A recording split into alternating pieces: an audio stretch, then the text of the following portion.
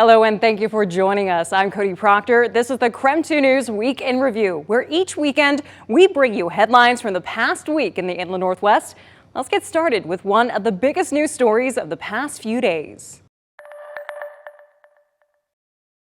This afternoon, Ben Stuckart pleaded guilty in federal court to one count of conspiracy to impede or injure an officer. But there's a twist. Stuckart was not taken into custody after the hearing. The judge accepted his plea to the felony charge this afternoon, and it's part of a plea deal, one where both sides also agreed to a deferred sentencing deal. Following the hearing today, Stuckart shared a statement outside the federal courthouse. Take a listen. When ICE took Cesar and Joshua and put them in chains, I decided to try and stop them from taking my friends. At the time, it was my hope that the government would do the right thing and release them from custody. I understood what I was up against, but I felt it was necessary to take a stand. I accept full responsibility for my conduct. Now, since the judge granted the deferred sentencing deal, that means Stuckart is expected to come back to court June of 2027, withdraw his felony plea, and instead plead to a misdemeanor. He'll remain out of custody until then. Now, in total, 9 people face federal charges relating to the ICE protest. Stuckart is one of 4 who plan to change their pleas. Tomorrow, the last 2 defendants are expected to appear in court to change their pleas. Amanda Rowley, KREM 2 News. Well, Mark, she has 2 kids in the district and said it was tough, not just for her, but for a lot of other families too. When you factor in Thanksgiving break and the strike, kids were out of the classroom for about 2 weeks. Literally every day it was, Mom, do we get to go to school today? Mom, do we go to school tomorrow? Gabriella Throneberry, a Moses Lake School District parent, says it was hard on her family to balance having all 4 of her children at home for an entire week. It had parents scrambling for childcare, with their work schedules being disrupted, and most importantly, the students lost out on a lot of learning time. She added her kids are thrilled to be back in school, but the strike has inspired her to be more involved in what is happening at school. As a parent, we'll keep showing up to the school board meetings, asking questions, advocating for instructional hours, and ensuring student funds are protected. So how'd we get here? The Moses Lake School District and the Moses Lake Education Association had not come to a contract agreement since June. And I think we've had something like 28 bargaining sessions. Among the big sticking points for teachers, decreased instructional time and professional development. We're just trying to make sure that we keep and maintain our professional development so that we can be as trained up as possible for all of our challenges with the students. When an agreement was not reached after the Thanksgiving holiday, teachers went on strike for 5 days. It was very upsetting to see. In a sense, it's like mom and dad fighting, you know? School district then filed a lawsuit claiming a strike was illegal under state law. That hearing for the lawsuit was supposed to happen today. But over the past weekend, both sides reached a tentative agreement. So yesterday, students returned to the classroom. The district says the lawsuit has now been dismissed. Also, as the tentative agreement moves forward, the district tells me they are grateful for the community's patience and support throughout the entire process. They also look forward to moving ahead together. As for parents like Throneberry, she says she wants the best for her kids and wants to keep the school district accountable. Moses Lake is strong. We're a strong community, and it shows. Now, the Moses Lake Education Association says they ratified the agreement with a 99.9% approval last night. This means they have the green light, and the next step is for the Moses Lake School Board to sign off on the agreement. Now, within the last hour, the school district told me via email that meeting is now scheduled to happen tomorrow. And once that happens, KREM 2 News will be able to learn the full terms of the agreement. For now, I'm reporting in the newsroom, Regan Gallo, KREM 2 News. As we go to break, here's a check of your forecast.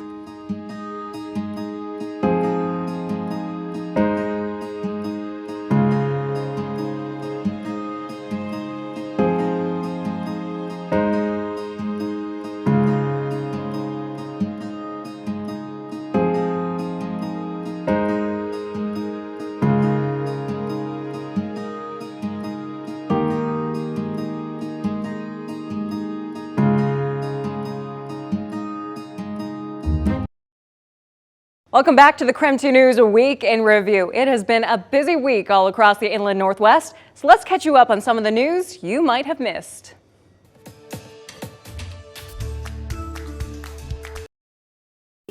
Aye. Aye.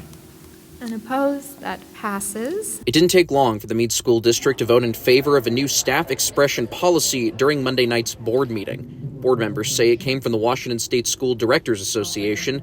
It says staff's expression of any personal beliefs while working can impact the district's operations and the students' learning environment, something supported by board member Michael Cannon. Students can feel tension or anxiety or exclusion, and all that equates to a barrier to learning. And so the idea is that we want to eliminate barriers to learning and focus on student achievement.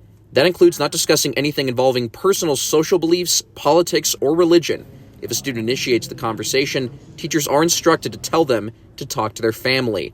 If they don't, they could face disciplinary action up to being fired. The rule also details a classroom's decorations, saying only displays significant to what's being studied or neutral decorations, such as the Washington state flag, are acceptable. The initial draft also enforced the monitoring of personal and private social media accounts. Board member Alan Nolan spoke against that part of the rule during the discussion, saying that shouldn't be included. We are not going to put district resources into becoming social media police. Board members amended its language to take out any mention of social media monitoring, saying they trust their staff to represent themselves in the district on all platforms. But despite these changes, the board did not go into detail about how this policy would be implemented across the district, saying it'll take more meetings and discussions in the future to figure out how. Some teachers I spoke with who didn't want to go on camera say they're concerned about how this will be implemented. I also reached out to the Mead Education Association president for comment. He says they're not commenting on the matter at this time. In Mead, Connor McAvoy, KREM 2 News. As we head into the new year, the door is officially closed on new levy funding for a few school districts north of Spokane. These places are amazing, and we're not going to get down because of one failure. Dr. Ken Russell, the superintendent of Riverside School District, says they were originally looking for $18.3 million for the next 5 years to fix much-needed security and technology at all of their schools, with $16 million of the levy going towards replacing the 30-year-old HVAC systems. They are either at end of life or near end of life, depending upon which building you're talking about, which wing of the school. For example, we didn't have heat in a couple classrooms at the middle school just last week. A problem the district has seen before, like back in September when they had to let students go home early during a heat wave that made some classrooms 85 degrees or higher because the HVAC system wasn't cooling the building. Now, with the levy out of the question, Dr. Russell says the district is applying for grants to help raise funds as well as dipping into their reserves to fix issues. Do I think it's the best fiscal approach? No, because we're putting Band-Aids on systems and you end up losing money. But Riverside is not alone in trying to find creative solutions to their problems after their levy failed to reach 50% approval from voters. Let's go ahead and go for it.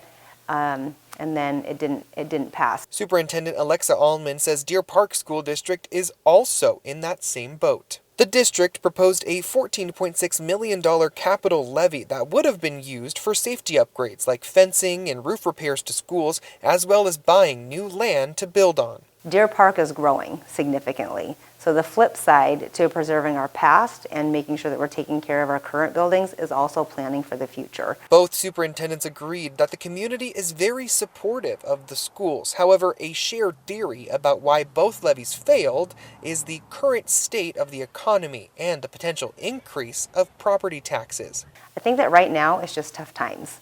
Despite the failure, both districts say this is not the time to give up. So we're trying the best we can of at least continuing to be forward focused, to be visionary, to continuously improve for the kids and their education. Both districts will meet with committees in January to make plans for the future and decide where things go from here. Christian Garza, KREM 2 News.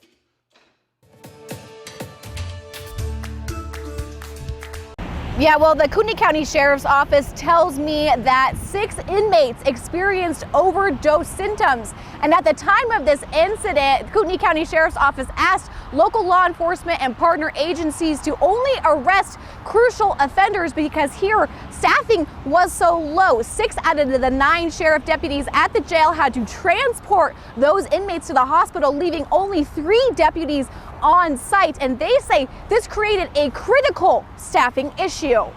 Trying to figure out how and it was introduced, as well as who supplied it once it was inside the jail. The Kootenai County Sheriff's Office say they arrested current inmate 37-year-old Raymond D. Spezzi for possession of a controlled substance inside a correctional facility. Lieutenant Mark Ellis says none of the inmates who took fentanyl died and Narcan was administered.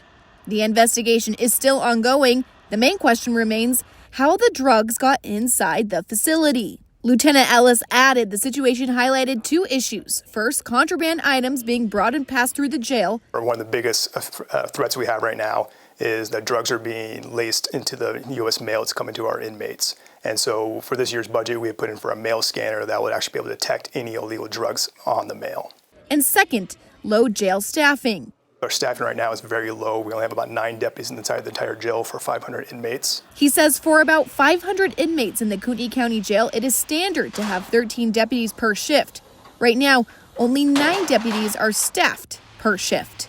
Ellis noted the overdose incident paired with low staffing created a difficult situation. That took about 6 of our deputies, of our 9 deputies, being transported to the hospital.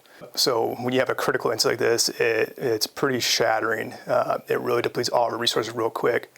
Our patrol deputies came in, they came in to help with the investigations and then to make sure the jail was still safe. Lieutenant Ellis also noted more deputies are being hired, but it can take time for both onboarding and training.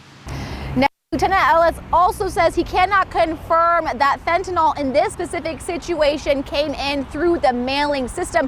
However, he notes that contraband items coming through the mailing system is one of the jail's biggest vulnerabilities, which is why they are trying to address the issue with new mailing scanners. I'm reporting in Coeur d'Alene, Regan Gallo, KREM 2 News.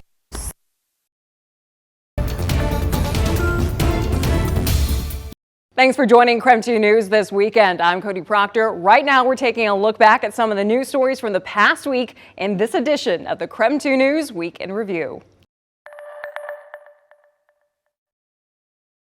In less than a year, soccer takes over Washington for the FIFA World Cup. It's pretty rare to have hosted here in the United States, so I think it's going to be a great event. But as tickets go on sale, the work behind the scenes continues, even right here in Eastern Washington, with the Lilac City hosting a fan zone and even potentially a base camp at Gonzaga University for teams playing in the World Cup. But it's not all fun and games. Spokane County is trying to get an $8.2 million federal grant for the Department of Homeland Security, and this is the reason why. According to Spokane County Under Sheriff Dave Ellis, the grant would help pay for equipment and training to stop any illegal drone activity during the FIFA events. Drones continue to become more prevalent, and with an event like the FIFA World Cup, you're going to get a lot of people from a lot of different places with potential for, someone maybe wanting to disrupt that. If the grant goes through, Ellis says the equipment would belong to Spokane County and would be used beyond the World Cup. Bloom's Day could be Hoofest. It could be, something where, potentially there's a large amount of people being gathered. And yet, even with the concerns and the work that goes with it, he's thrilled about having a role in this international event. I'm a soccer fan myself. I coach soccer and I have coached for 25 years in the Spokane area. So certainly having some of the World Cup festivities and activities here is certainly exciting. In Spokane, Cody Proctor, KREM 2 News. Newly released dash cam footage, photos, videos, and police reports help reconstruct the in-flight emergency when a former Alaska Airlines pilot tried to shut down the engines of a passenger plane in October of 2023. Horizon Flight 2059 was headed from Everett to San Francisco when off-duty pilot Joseph Emerson, riding in the jump seat, tried to pull the fire suppression handles. This is audio from the melee in the cockpit. What's that? What's wrong? You want to be home? Sorry.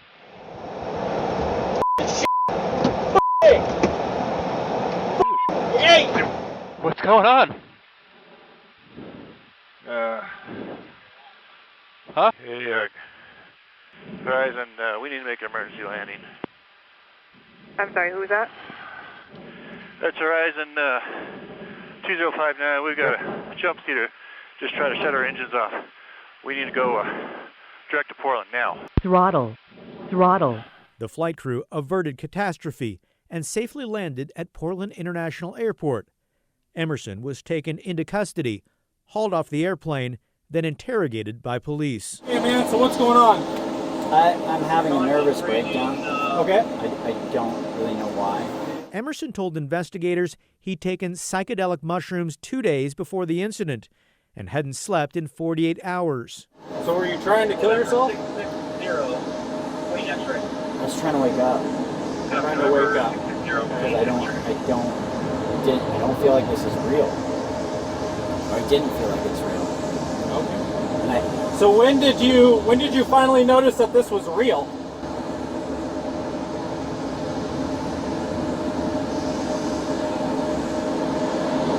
When I saw the look on people's faces when you guys brought me out. Last month, a federal judge sentenced Emerson to time served and 3 years of supervised release. The judge said the case offers a cautionary tale, not just about air safety, but the dangers of hallucinogenic drugs. Before we wrap up this edition of the KREM 2 News Week in Review, we want to remind you that you can get the latest newscast and weather forecast anytime on KREM 2 Plus. It's free to watch and download for Roku, Amazon Fire, and on Apple TV. Now here's one more story before we go.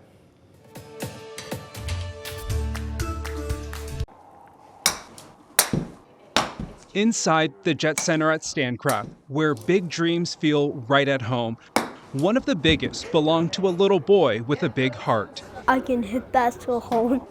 Oh, that was a good one. Coeur d'Alene native Jackson Lupton has spent years honoring his sister, JC, who died at just 8 years old after battling a rare one-of-one disease. It's been a few years since Jackson lost his best friend, but he thinks about his sister every day and his favorite memory of her. Me and her eating ice cream. But not just any ice cream. Chocolate with chocolate chips on top. And chocolate. A sweet memory and a love fueling his mission to help others. Jackson was only 5 years old when he started his lemonade stand, something he used to do with JC. And when you ask him why he decides to continue selling lemonade, the answer is as simple as it is powerful. Because I want to help sick kids get better. Raising thousands of dollars for Make-A-Wish, the organization that gave JC a moment of joy during years of hospital visits, tests, and procedures. To really put that into perspective as a parent, sometimes there's really hard to find those words. To know that your child feels that loved in that moment is something that I'll never forget. His mom, Jessica, says even in grief, Jackson found a way to give. Jackson goes a little bit more above and beyond because I think that it's a part of healing his heart. It's something that he can do to let out his grief and love, because that's what we teach him is grief is love bottled up. When Eric Rock, the founder of the Mission Project, heard Jackson's story, look what you sold in lemonade, buddy. He matched the lemonade stand money and raised more than $14,000 through a benefit concert and fundraiser. And we're always looking for stories in the community where we can turn pain into purpose. Each year, Jackson's lemonade stand has grown, and so has he, as a brother, and well, also as a business owner too. I did get free helpers on my side for the line. You needed employees. A 7-year-old entrepreneur already making an impact. He really does speak to the hearts of this community, and he's been able to do amazing things, and he will be changing a lot of lives through these donations. And I often say, in changing other people's lives, he's changing his own. A sister remembered. I want her to be remembered with love.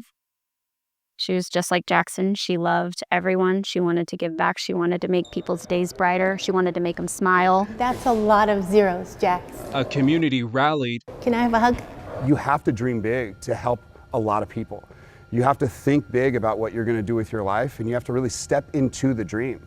and a little boy, proving you don't have to be grown up to change lives, just brave enough to keep dreaming and keep giving. What are you doing? I'm changing the world. He's changing the world. You're right. Thank you for spending part of your weekend with us on the KREM 2 News Week in Review. Be sure to keep it here on KREM 2 for more news and weather updates. I'm Cody Proctor. Thanks for watching.